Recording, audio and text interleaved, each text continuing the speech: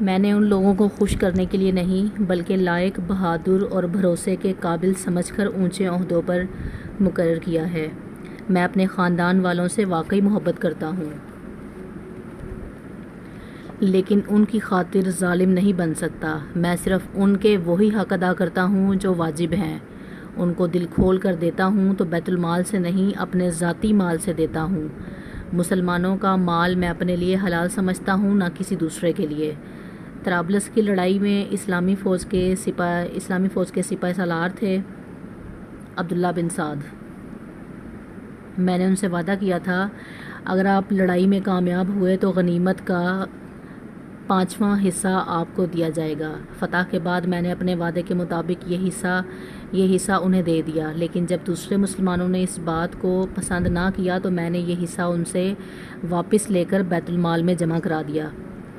اب اس میں اعتراض والی بات کون سی ہے؟ اس کے علاوہ ان پر ایک چراگاہ کے بارے میں بھی الزام تھا۔ یہ چراگاہ مدینے کے قریب بنائی گئی تھی۔ سیدنا عثمان غنی رضی اللہ عنہ نے اس کو حکومت کی ملکیت قرار دیا، عام لوگوں کو اس سے فائدہ اٹھانے سے روک دیا۔ اس الزام کے جواب میں انہوں نے یہ کہا کہ اس چراگاہ کو مجھ سے پہلے ہی سرکاری بنا دیا گیا تھا تاکہ سرکاری گھوڑے اور اونٹ وہاں چر سکیں۔ میں نے اس میں عام لوگوں کو مویشی چرانے سے نہیں روکا۔ میرے پاس تو بس 2 اونٹ ہیں جو میں نے حج کے لیے رکھ چھوڑے ہیں۔ خلافت سے پہلے میں سب سے زیادہ اونٹوں اور بکریوں کا مالک تھا۔ اب ان 2 اونٹوں کے سوا میرے پاس کوئی جانور نہیں ہے، یعنی میں اس چراگاہ میں اپنے مویشی نہیں چراتا۔ اس کے علاوہ سیدنا عثمان پر اور بھی ایسے الزامات لگائے گئے تھے جن کی سرے سے کوئی حقیقت نہیں تھی۔ بعض باتوں کا بتنگڑ بنا دیا گیا تھا۔ ادھر فساد پھیلانے والے لوگ کسی بات کا جواب پر کوئی توجہ نہیں دیتے تھے۔ ان کی تو بس ایک ہی ضد تھی کہ سیدنا عثمان کو خلیفہ نہ رہنے دیا جائے۔ جب یہ لوگ دوسروں کو کھلم کھلا بغاوت پر ابھارنے لگے تو سیدنا عثمان رضی اللہ عنہ نے صوبوں کے تمام گورنروں کو مدینہ میں طلب کر کے ان سے مشورہ کیا کہ اس شورش کو کیسے رفع کیا جائے۔ بعض نے رائے دی کہ فساد پھیلانے والوں کو سخت سزائیں دی جائیں، لیکن سیدنا عثمان رضی اللہ عنہ نے بہت نرم مزاج تھے، ایسا کرنا انہوں نے پسند نہیں کیا۔ دوسری کسی رائے پر اتفاق نہ ہو سکا۔ سارے گورنر اپنے اپنے علاقے کی طرف واپس روانہ ہو گئے۔ ان کے جانے کے بعد سیدنا عثمان نے 3 کام کیے۔ ایک یہ کہ کوفے کا گورنر سعید بن عاص کی جگہ بزرگ صحابی ابو موسیٰ اشعری کو مقرر فرمایا، کیونکہ کوفے کے باغی سعید بن عاص کے دشمن بن چکے تھے اور انہوں نے یہ مطالبہ کیا تھا کہ ابو موسیٰ اشعری کو کوفے کا گورنر بنایا جائے۔ دوسرا یہ کہ چند صحابہ کو عام صوبوں میں یہ تحقیق کرنے کے لیے بھیجا کہ لوگوں کی جائز شکایات کیا ہیں اور ان کو کیسے دور کیا جا سکتا ہے۔ تیسرا یہ کہ ملک بھر میں اعلان کرا دیا کہ جس کسی کو مجھ سے یا میرے کسی حاکم سے کوئی شکایت ہو تو وہ حج کے موقع پر پیش کرے۔ میں ان کی شکایت دور کروں گا اور ظالم سے مظلوم کا حق دلاؤں گا۔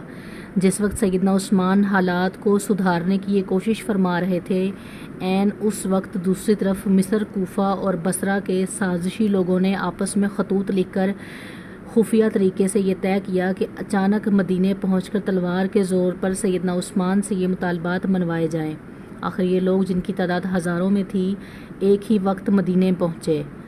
شہر سے 2-3 میل دور پڑاؤ ڈالا۔ پہلے انہوں نے مدینے کے سب سے بزرگ صحابی علی، طلحہ، زبیر اور سعد بن ابی وقاص رضی اللہ عنہ کو اپنے ساتھ ملانے کی کوشش کی، لیکن چاروں نے ان کا ساتھ دینے سے انکار کر دیا۔ اس کے بعد سیدنا علی جناب عثمان کی طرف سے باغیوں کے پاس گئے اور ان کے ایک الزامات کا جواب دے کر انہیں واپس جانے کی ترغیب دی۔ ساتھ ہی انہیں یقین دلایا کہ سیدنا عثمان تمہارے جائز مطالبات ماننے کے لیے تیار ہیں۔ اس پر سارے باغی واپس جانے پر رضامند ہو گئے اور اپنے اپنے علاقے کی طرف روانہ ہو گئے۔ اس واقعے کو چند ہی روز گزرے تھے کہ ایک دن مدینے کی گلیاں گھوڑوں کی ٹاپوں اور انتقام کی آوازوں سے گونج اٹھی۔ لوگ گھبرا کر باہر نکلے۔ انہوں نے دیکھا کہ مصری باغیوں کی جماعت پھر واپس آ گئی ہے۔ سیدنا علی آگے بڑھے اور ان سے واپس آنے کا سبب پوچھا تو انہوں نے جواب دیا، ہم واپس جا رہے تھے، راستے میں ایک شخص کو دیکھا جو مدینے کی طرف سے آ رہا تھا اور بڑی تیزی سے مصر کی جانب جا رہا تھا۔ ہمیں اس کی چال ڈھال سے شک ہوا، روک کر اس کی تلاشی لی تو اس کے پاس سے ایک خط ملا۔ وہ خط مصر کے گورنر کے نام تھا۔ خط امیر المومنین کی طرف سے تھا، یعنی حضرت عثمان کی طرف سے تھا۔ اس میں انہوں نے لکھا تھا کہ جو لوگ مدینے سے مصر واپس آ رہے ہیں ان سب کو قتل کر دیا جائے۔ خط پر سیدنا عثمان کی مہر بھی لگی تھی۔ اس خط کو دیکھ کر ہم نے سمجھ لیا کہ ہمارے ساتھ دھوکہ کیا جا رہا ہے، اب ہم اس دھوکے کا انتقام لینے کے لیے واپس آئے ہیں۔ جب یہ معاملہ سیدنا عثمان غنی کے سامنے رکھا گیا تو وہ بہت حیران ہوئے اور قسم کھا کر کہا، نہ میں نے یہ خط لکھا ہے اور نہ کسی دوسرے سے لکھوایا ہے۔ اس پر سب نے گمان کیا کہ یہ خط سیدنا عثمان کے مشیر مروان بن حکم کی اجازت کے بغیر لکھا ہے۔ ادھر باغی فساد پر تلے ہوئے تھے۔ انہوں نے کہا، خط چاہے کسی نے بھی لکھا ہو، اس کے ذمہ دار خلیفہ ہی ہیں، اس لیے وہ خلافت سے الگ ہو جائیں۔ اسی دوران میں کوفہ اور بصرہ کے لوگ بھی واپس آ گئے۔ ان سے پوچھا گیا، تم لوگوں کے راستے تو الگ الگ ہیں، پھر تم کس طرح راستے سے پلٹ آئے ہو؟ انہوں نے کوئی جواب نہ دیا اور مصریوں میں شامل ہو گئے۔ سیدنا عثمان غنی رضی اللہ عنہ نے باغیوں کو جواب دیا، جب تک مجھ میں جان ہے خلافت سے الگ نہیں ہوں گا۔ میں تمہاری ہر جائز شکایت کو دور کرنے کے لیے تیار ہوں، لیکن تمہارے کہنے سے خلافت کی قمیض کو نہیں اتاروں گا، اس لیے کہ یہ قمیض مجھے اللہ نے پہنائی ہے، اور مجھے رسول نے فرمایا تھا کہ اللہ تعالیٰ تجھے قمیض پہنائے گا، پھر اسے لوگ اتارنے کے لیے آئیں گے تو تم اس کو نہ اتارنا۔ میں نہ تو تلوار کے زور پر خلیفہ بنا تھا اور نہ کوئی مجھے تلوار کے زور سے خلافت سے الگ کر سکتا ہے۔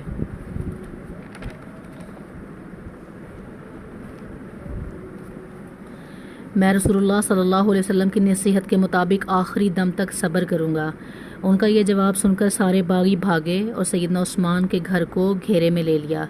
باغیوں نے ان کے گھر کو کئی دن تک گھیرے میں لیے رکھا۔ ان دنوں میں ان ظالموں نے بہت گھٹیا حرکتیں کی، ان کے گھر پانی اور خوراک جانے سے روک دیا۔ ایک روز ام المومنین سیدہ ام حبیبہ رضی اللہ عنہ نے کھانے پینے کی کچھ چیزیں لے کر سیدنا عثمان تک جانے کی کوشش کی، لیکن ظالم باغیوں نے ان کی بے ادبی کی اور آگے نہ جانے دیا۔ ایک روز سیدنا علی نے اپنے چند آدمیوں کے ذریعے پانی کی 3 مشکیں بھجوائیں۔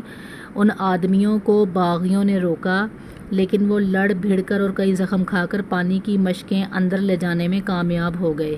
1-2 بار پڑوس سے بھی خوراک اور پانی کی مدد پہنچی، لیکن یہ اتنی کم ہوتی تھی کہ مشکل سے 1-2 دن گزرتے تھے۔ مدینے میں جتنے بھی بزرگ اور جلیل القدر صحابہ موجود تھے، ان سب نے باغیوں کو بہت سمجھایا، لیکن باغیوں نے ان کا بھی کوئی لحاظ نہ کیا، کوئی بات نہ مانی۔ خود امیر المومنین سیدنا عثمان غنی رضی اللہ عنہ نے باغیوں کو سمجھانے کی کوشش کی، مکان کی چھت پر جا کر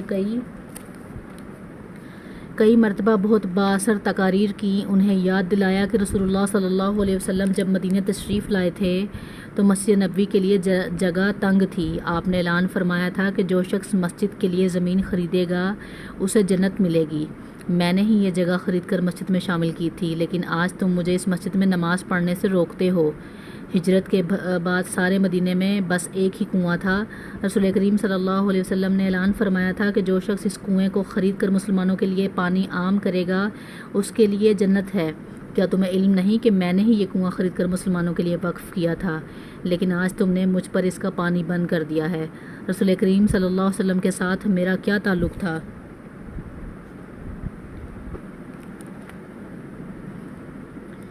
کیا تم یہ بھی نہیں جانتے؟ ان کی یہ تمام باتیں بھی پتھر دل باغیوں کو ہلا نہ سکیں۔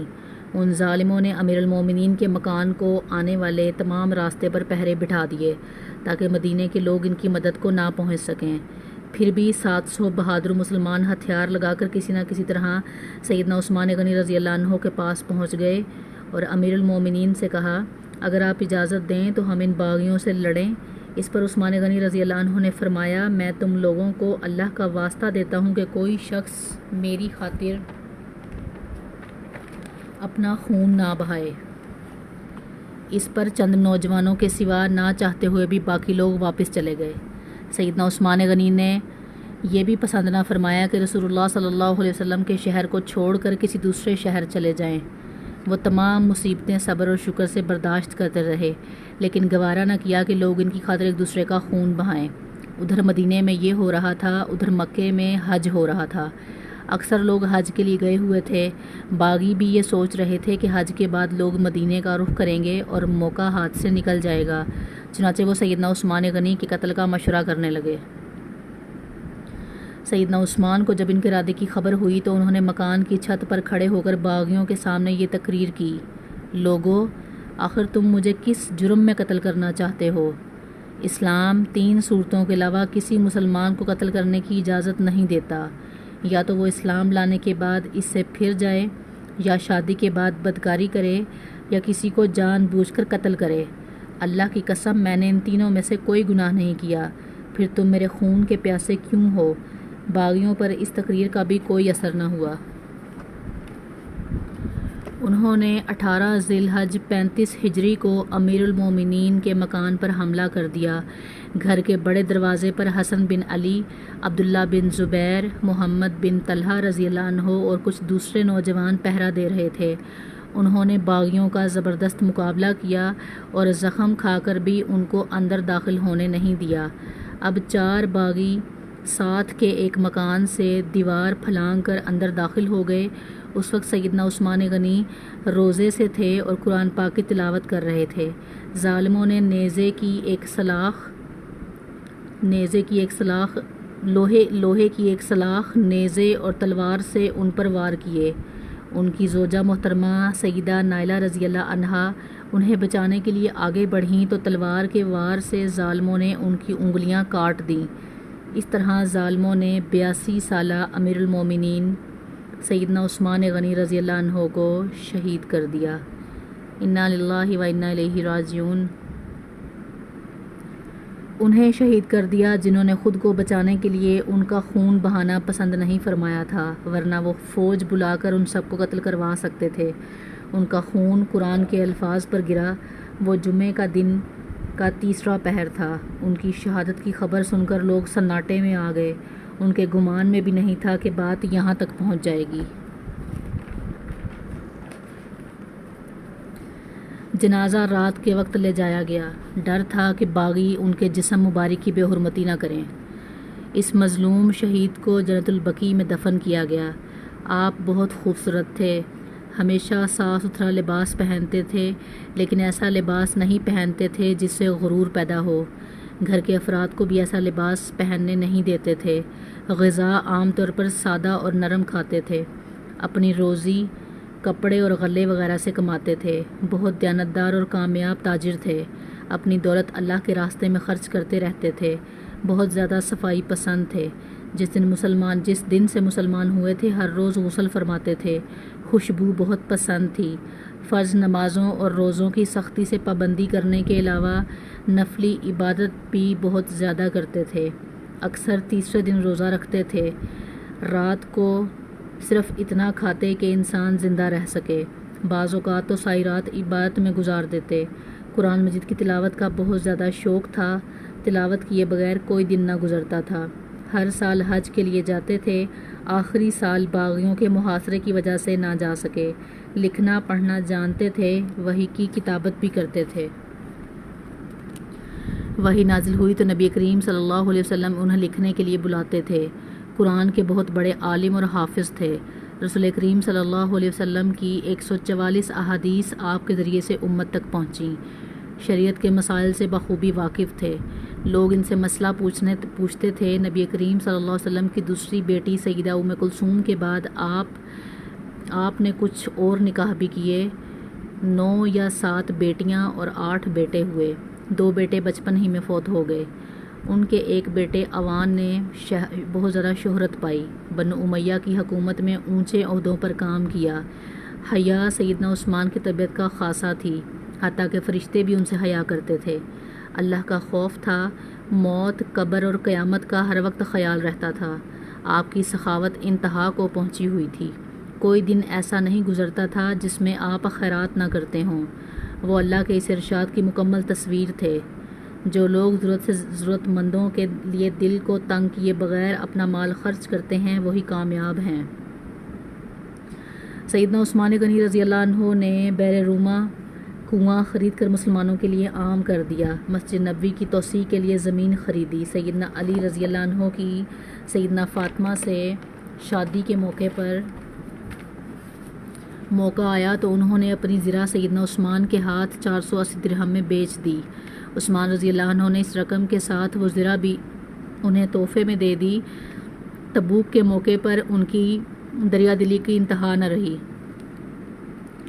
قہر کے موقع پر غلے سے لدے ہوئے اونٹ لوگوں میں تقسیم کر دیے، ہر جمعے کو ایک غلام آزاد کرتے، کسی جمعے کو نہ کر پاتے تو آئندہ جمعے 2 غلام آزاد کرتے۔ اپنی خلافت کے زمانے میں اپنی ذات کے لیے بیت المال سے 1 درہم بھی نہ لیا، اگرچہ وہ کم از کم 5000 درہم ہر سال لینے کے حقدار تھے۔ 12 سالہ خلافت میں 60,000 درہم انہوں نے مسلمانوں کے لیے چھوڑ دیے۔ آپ رضی اللہ عنہ کے اندر سادگی انتہا کو پہنچی ہوئی تھی، اپنے کام اپنے ہاتھوں سے کرتے تھے۔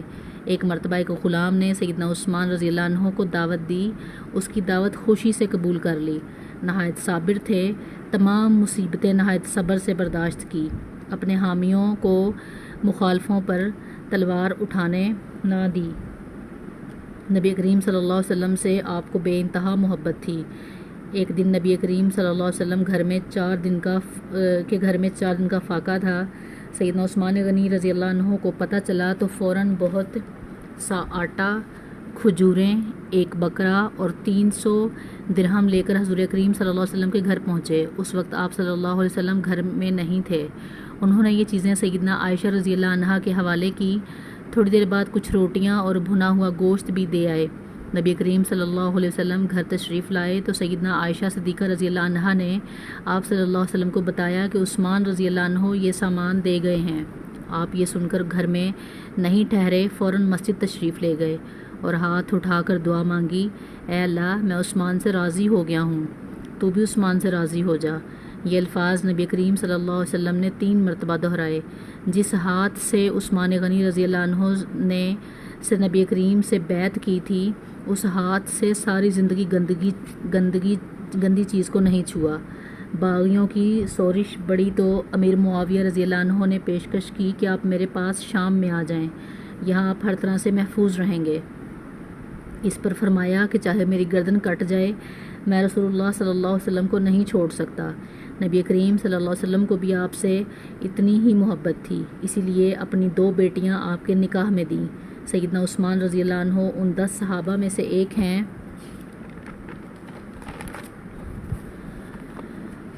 جن کو جنت کی خوشخبری نبی کریم صلی اللہ علیہ وسلم نے اسی دنیا میں ہی دے دی تھی۔ رسول کریم صلی اللہ علیہ وسلم کا یہ بھی فرمان ہے، عثمان جنت میں میرے ساتھی ہیں۔ سیدنا عثمان کے چند قول، جس نے اللہ کا حق نہیں جانا، اس نے لوگوں کا حق بھی نہیں جانا۔ حقیر سے حقیر پیشہ اختیار کرنا ہاتھ پھیلانے سے بہتر ہے۔ غریب کا 1 روپیہ خیرات کرنا دولت مند کے لاکھ روپے خیرات کرنے سے بہتر ہے۔ اپنے رب کے سوا کسی سے امید نہ رکھو، گناہ کسی نہ کسی صورت دل کو بے قرار رکھتا ہے۔ سب سے برا آدمی وہ ہے جو لوگوں کی برائیاں بیان کرتا پھرے۔ اللہ تعالیٰ سیدنا عثمان غنی رضی اللہ عنہ پر ڈھیروں رحمت نازل فرمائے، ہمیں بھی ان کے نقش قدم پر چلنے کی توفیق عطا فرمائے۔ آمین ثم آمین۔ دعاؤں میں یاد رکھیے گا۔ اللہ حافظ۔